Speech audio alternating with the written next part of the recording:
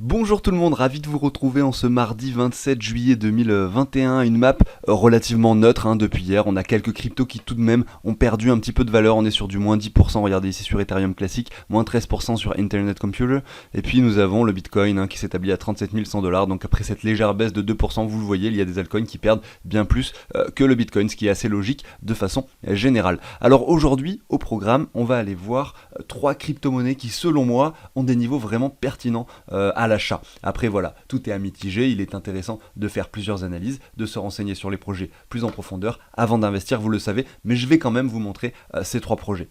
Et avant de vous passer tout ça, on va aller analyser avant l'introduction l'Ether. Hier, je vous ai passé le Bitcoin, aujourd'hui je fais l'Ether. Et puis ensuite, après l'introduction, on va parler rapidement des projets que j'avais présentés sur la chaîne et voir où est-ce qu'on en est. Et puis on va enchaîner avec les trois cryptos, avec des niveaux d'achat qui semblent pertinents selon moi. On commence avec l'Ether, du coup, regardez, je suis ici en monthly, on va ensuite aller en weekly, on va pas rester super longtemps sur ce graphique avec ces bougies mensuelles. On peut voir qu'on avait fait ce sommet ici en 2018, ce crash avec ce W qui s'est formé sur le temps, avec ici un bottom qui a été touché aux alentours des 90 $. Derrière, on a ce W qui se forme, cette poussée qui suit avec un nouvel ATH établi avec cette mèche d'excès énorme qui touche les 4300 $. Est-ce que le bull run sur l'Ether est terminé? C'est la question qu'on peut se poser, mais on peut observer ici que clairement, on a simplement eu une seule poussée et un retracement, en tout cas en monthly. Donc il n'y a rien qui nous indique forcément que le bull run est terminé. Donc on pourrait s'attendre sans problème à ce qu'il y ait une continuation haussière, en tout cas sur cet actif. De plus, de façon très simple, si on prend ce Fibo qui est tracé à l'écran, alors je vais le refaire avec vous. En fait, je sélectionne sur TradingView, là je suis sur TradingView, c'est sur navigateur. Vous allez sélectionner tout simplement Fibonacci de retracement. Vous allez prendre la partie basse, donc au niveau des 90 $, le sommet ici aux alentours du coup des 4400 $, et vous regardez un petit peu ce qui s'est passé. On voit que ces trois mèches, donc ces trois mèches quand même, sur 3 mois d'affilée, ont touché 3 fois d'affilée les 61,8 de Fibo. On dirait qu'il y a des personnes qui ne veulent pas que le cours descende plus bas que ce niveau psychologique des 61,8 de Fibo qui se situe aux 1738 $ environ.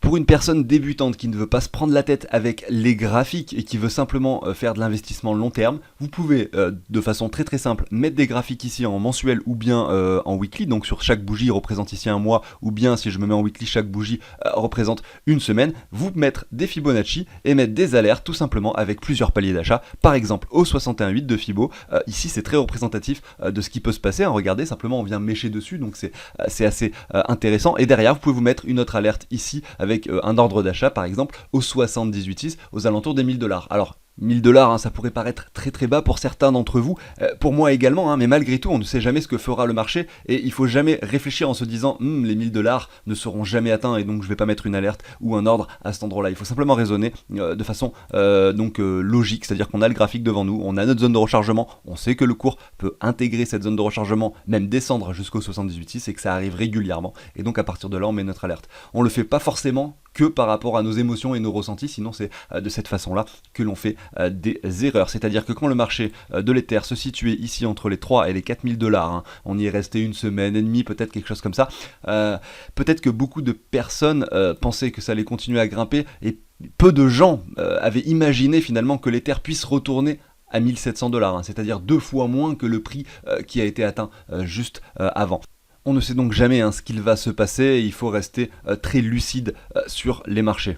Alors je suis sur le même graphique, donc l'Ether par rapport au dollar, mais ici cette fois-ci je suis passé en weekly, chaque bougie représente une semaine. On voit qu'on est plutôt sur une tendance baissière depuis plusieurs semaines ici, avec un canal qui s'amoindrit au cours du temps, donc on va le casser d'un côté ou de l'autre. On a l'impression qu'on est peut-être prêt à le casser par le haut, mais vous voyez on a eu cette mèche d'excès ici, mais aucune confirmation en weekly qui nous indique que ça y est, on est prêt à repartir vers le nord. Malgré tout, on a toujours cette épée de Damoclès sur nous qui nous indique que potentiellement on pourrait revenir donc dans cette zone de rechargement que je vous montrais juste avant, entre les 1700 et les 1000 $. Est-ce que ça va arriver? Je n'en ai aucune idée. Mais pour quelqu'un qui souhaiterait investir dans l'Ether, effectivement les niveaux actuels peuvent être intéressants pour un palier d'achat, même si on se trouve sur le haut de ce canal, donc de ce canal que je vais vous montrer à cet endroit-là. Regarde, on est plutôt sur le haut du canal, donc c'est un peu dommage. Il y avait une meilleure opportunité à saisir il n'y a pas si longtemps que ça, lorsque nous étions en bas de ce canal aux alentours des 1800 $. Mais voilà, on n'est pas à l'abri que ça continue à chuter, donc gardez de la liquidité pour investir investir ici aux 1700 dollars et ensuite plus bas aux 1000 dollars, ou même se mettre quelque chose entre les deux. Regardez, si on se met une ligne de résistance comme celle-ci, donc de support plutôt, excusez-moi, qui vient chercher cette mèche-ci et le cours qui avait hésité à cet endroit-là, ici aux alentours des 1300 dollars, il y a aussi également un niveau pertinent. On verra bien ce qu'il se passe sur l'Ether. Voilà pour ça.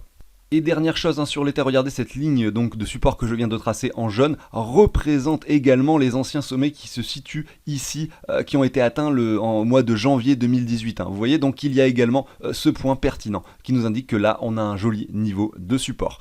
Voilà, j'en ai fini avec ça, on va continuer, regardez sur l'altcoin dominance. Donc on voit depuis cette semaine donc qu'on a des altcoins qui commencent à perdre de la valeur par rapport au Bitcoin depuis déjà un petit moment. On a donc ce triangle rectangle que je vous ai dessiné hier à cet endroit-là qui est matérialisé à l'écran. Regardez, vous le voyez ici en jaune, le triangle rectangle. On est en train de le casser par le bas. Donc je vais zoomer un petit peu. On va se mettre, on va rester en weekly, mais je vais simplement zoomer un petit peu. Vous voyez, on a cette trendline longue durée en blanc. Donc si je dézoome un petit peu pour vous montrer, c'est la trendline qui est venue chercher les cours de nombreuses fois ici. Regardez, on est en train de la casser par le bas également, et on est en train également de casser ce triangle rectangle par le bas. Donc si on clôture un dimanche, donc là nous sommes simplement mardi, mais si dimanche on arrive à faire une bougie sur l'altcoin dominance en dessous de cette ligne jaune, il y a de fortes chances pour qu'on redescende plus bas sur l'altcoin dominance. Plus bas, ça veut dire quoi? Ça veut dire qu'on peut se mettre un Fibo tout simplement qui reprend toute cette hausse, et on peut se dire que voilà les niveaux des 61,8 dans un premier temps pourraient pourquoi pas être atteints à cet endroit là.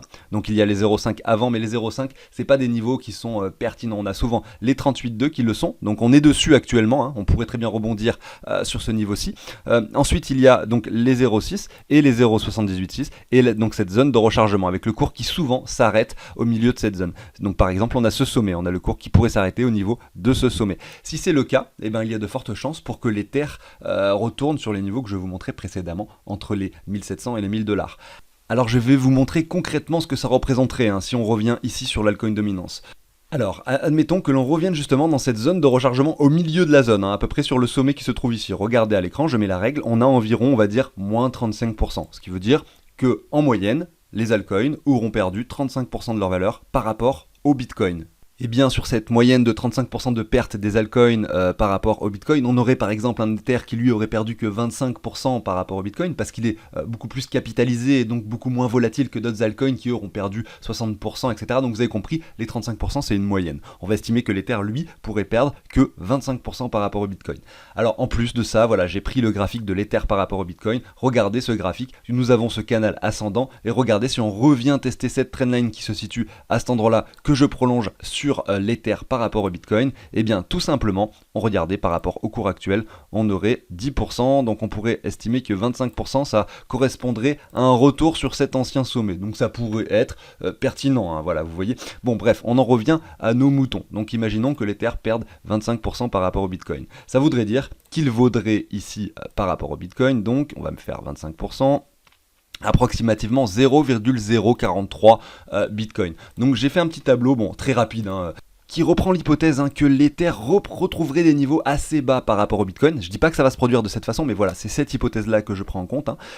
Et également que l'altcoin dominance perde encore de la valeur, qu'on casse, c'est ce qu'on a l'impression qui pourrait se passer ici, puisqu'on vient de casser, on est en train de casser ce triangle rectangle par le bas, cette trendline par le bas, donc qu'on revienne au milieu de ces zones de rechargement sur l'altcoin dominance, on prend cette hypothèse-là, et on essaye de voir quelle sera la valeur de l'Ether.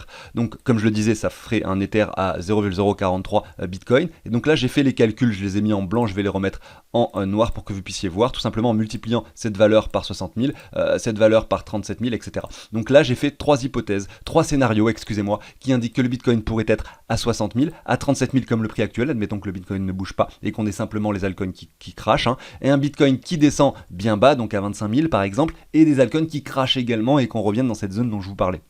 Eh bien regardez, on aurait tout d'abord à voir ici que si le Bitcoin restait sur les niveaux actuels, on aurait un Ether à 1591 $. Donc on serait dans la zone de rechargement que je vous ai montré en tout début d'émission. Ici, regardez, 1500 $, ça serait approximativement à cet endroit-là, en plein milieu, dans cette zone de rechargement. Si jamais le Bitcoin décidait de redescendre à 25 000 ou même à 20 000 $, on pourrait avoir un Ether qui lui toucherait les 1000 $ à peu près. Donc là, 1000 $, ça ferait quoi? Ça ferait le bas de cette zone de rechargement ici, au 78,6 de Fibo. Et si par contre on a un Bitcoin qui lui décide de monter directement et de reprendre de la valeur dès maintenant, maintenant, et qu'on a tout de même une altcoin dominance qui se fait avoir et qui descend petit à petit avec des altcoins qui se font avaler par le Bitcoin pendant 1, 2, 3 mois, donc les mois qui viennent, on aurait quand même un Ether à 2500$, mais vous voyez par rapport aux 4000 qui avaient été atteints précédemment, ça resterait bas.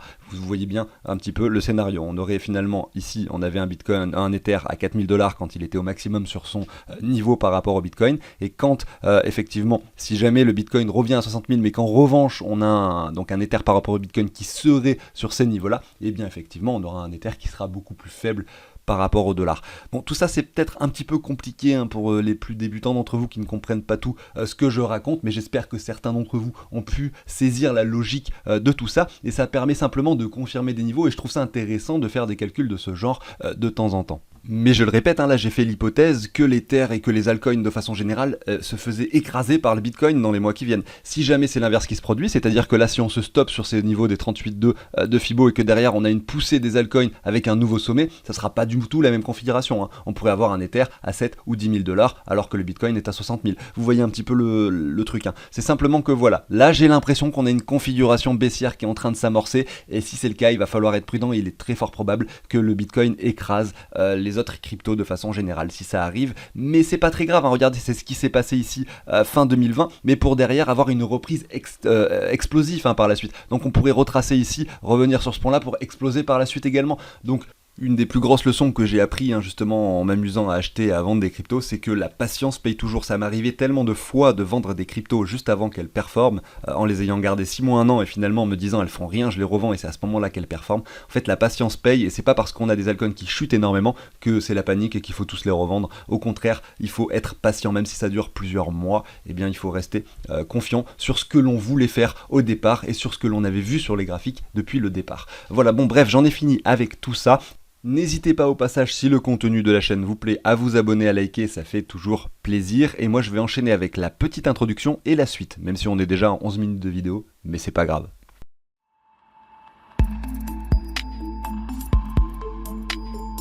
Alors, avant d'enchaîner, je vous parle rapidement du tableau que je vous partage sous l'échange d'une donation. Vous avez le lien dans la description. C'est un tableau qui récapitule tous vos investissements. Vous allez savoir exactement où vous en êtes par rapport à ce que vous avez investi au départ, combien vous êtes en train de gagner, la valeur de chacune de vos cryptos. Ça va récupérer le prix des cryptos grâce à un petit programme automatiquement. Regardez ici, je marque à AVE. Et bien, tout simplement, son prix vient s'afficher automatiquement de façon très simple. Regardez, voilà, en dollars, en euros. Vous allez pouvoir entrer tout ce que vous possédez sur chaque échange. Vous allez pouvoir calculer vos plus et vos moins-values en fonction des actions que vous faites au cours du temps. Quand vous allez acheter des cryptos avec des euros ou récupérer des euros, donc du fiat, à ce moment là vous allez pouvoir tout simplement calculer les plus et les moins-values. Donc voilà, il y a un tuto qui explique chaque action du tableau, il y a une vidéo également qui vous montre comment le mettre en place. J'ai fait une vidéo explicative un petit peu plus précise, donc vous l'avez dans la description, vous cliquez sur le lien, vous allez avoir beaucoup plus d'informations sur le tableau si vous voulez beaucoup plus de détails sur son fonctionnement. Il y a également le lien du site pour les donations. Voilà, c'est un tableau qui se passe sur Google Sheet.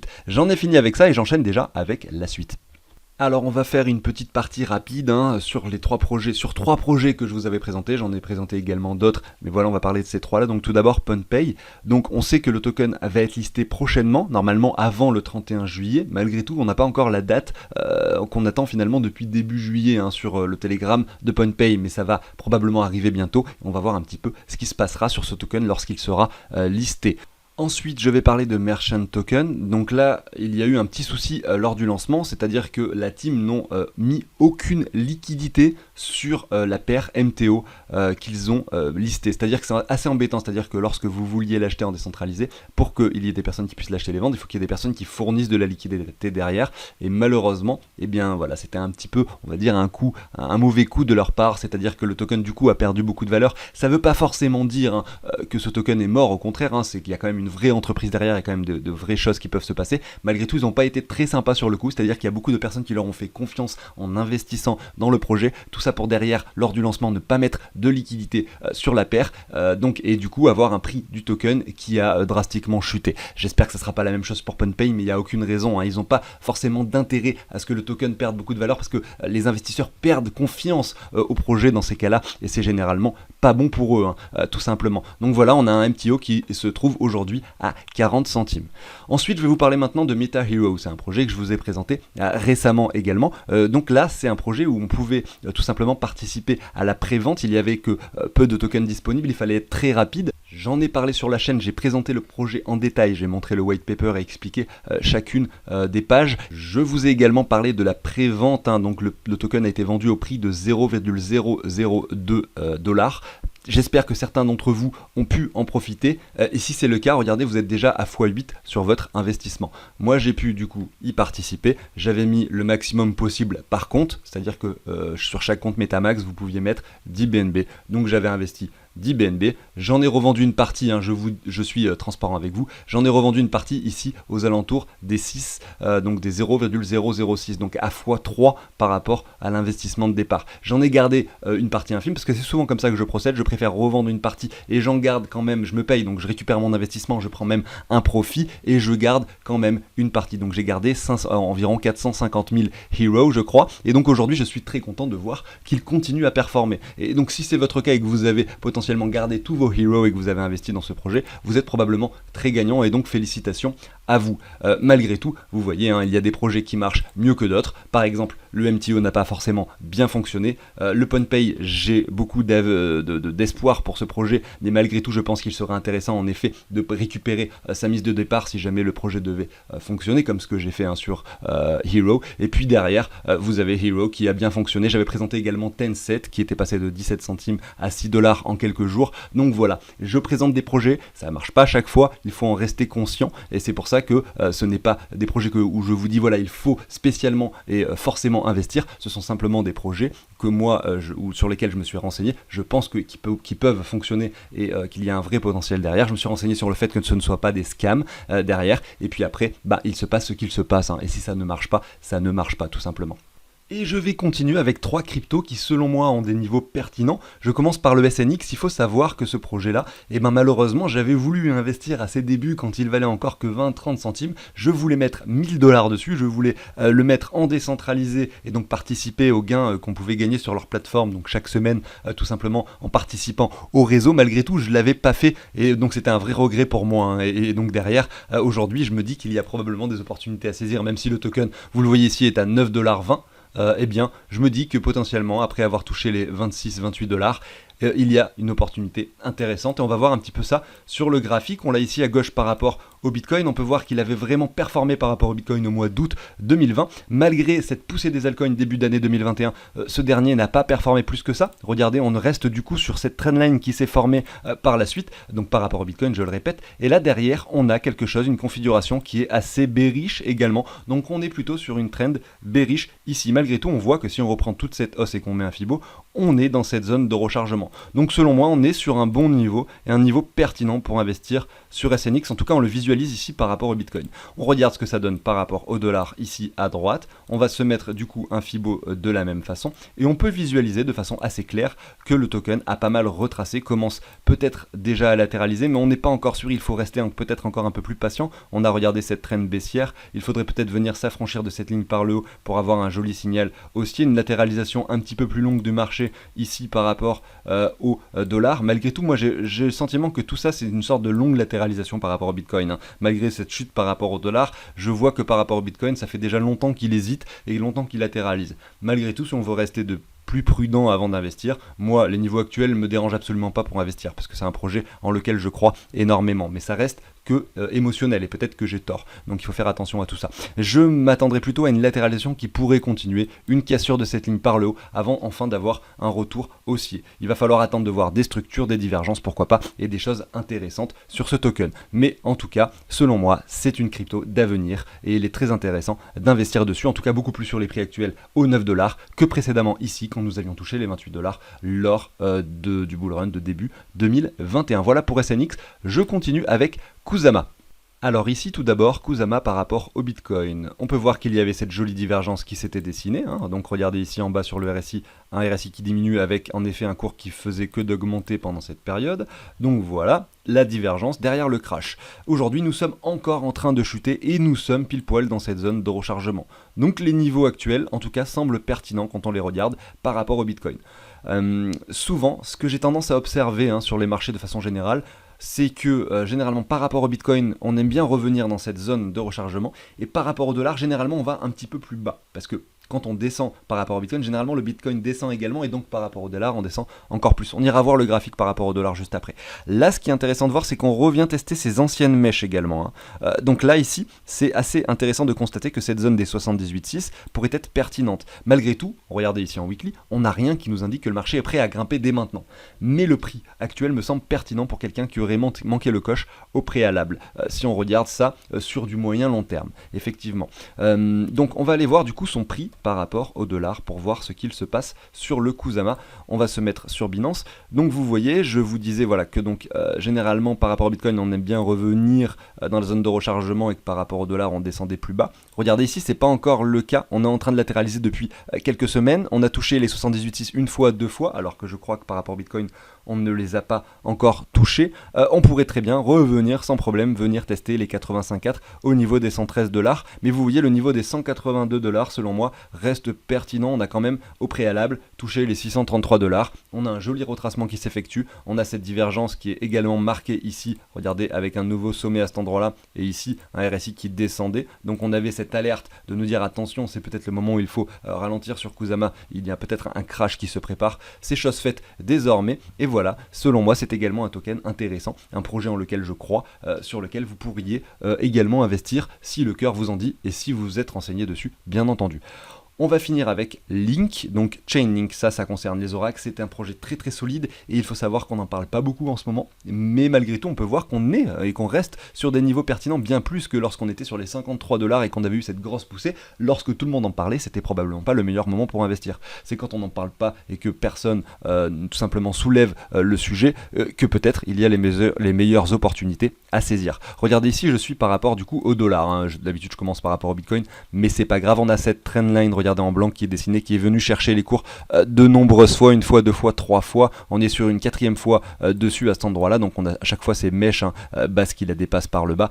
On a ce Fibo, regardez, qui reprend toute cette hausse. On est revenu dans la zone de rechargement pile poil, donc on est entre les 61,8 et les 78,6 ici. On peut très bien revenir un peu plus bas, pourquoi pas aller chercher les 8 $ par la suite. On est à 18, donc ça serait un peu embêtant. C'est pour ça que je recommande toujours d'investir par palier, hein. Pourquoi pas se mettre une alerte, donc un achat sur les niveaux actuels, et pourquoi pas remettre une alerte au niveau des 12 $ sur les 78,6 et les 85,4 aux alentours des 8 $ si le marché décidait à être un petit peu plus bearish avant la reprise. Mais clairement, comparé aux 55 $ qui avaient été atteints, les niveaux actuels sont pertinents, notamment par cette trendline, par cette zone de rechargement, tout simplement. Voilà pour ça. On peut y jeter un œil rapidement par rapport au Bitcoin. Allons voir Chainlink, excusez-moi, BTC.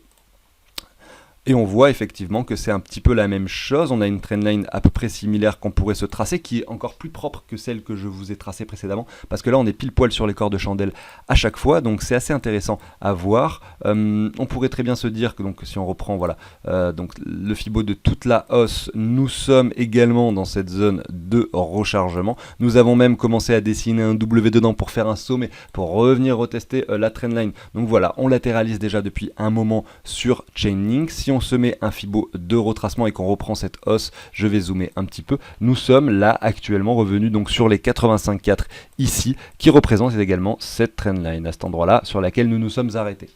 Alors voilà, j'en ai fini pour l'émission du jour. Chainlink, je parle d'un protocole qui est très intéressant, qui permet tout simplement de récupérer des données donc off-chain, c'est-à-dire qui ne sont pas sur la blockchain, qui font partie plutôt du monde réel, et de les intégrer à la blockchain grâce à des systèmes d'oracle qui vont venir récupérer, donc grâce à un système décentralisé, plusieurs fois l'information pour pouvoir la récupérer et l'intégrer de façon sécurisée sur la blockchain. Il y a plein d'utilisations possibles. Peut-être que je consacrerai une vidéo à ce sujet un de ces jours. Voilà, j'en ai fini pour l'émission du jour. Merci à tous de m'avoir écouté. Je vous souhaite à tous une très très bonne journée. Je vous dis à très bientôt sur la chaîne. Salut tout le monde.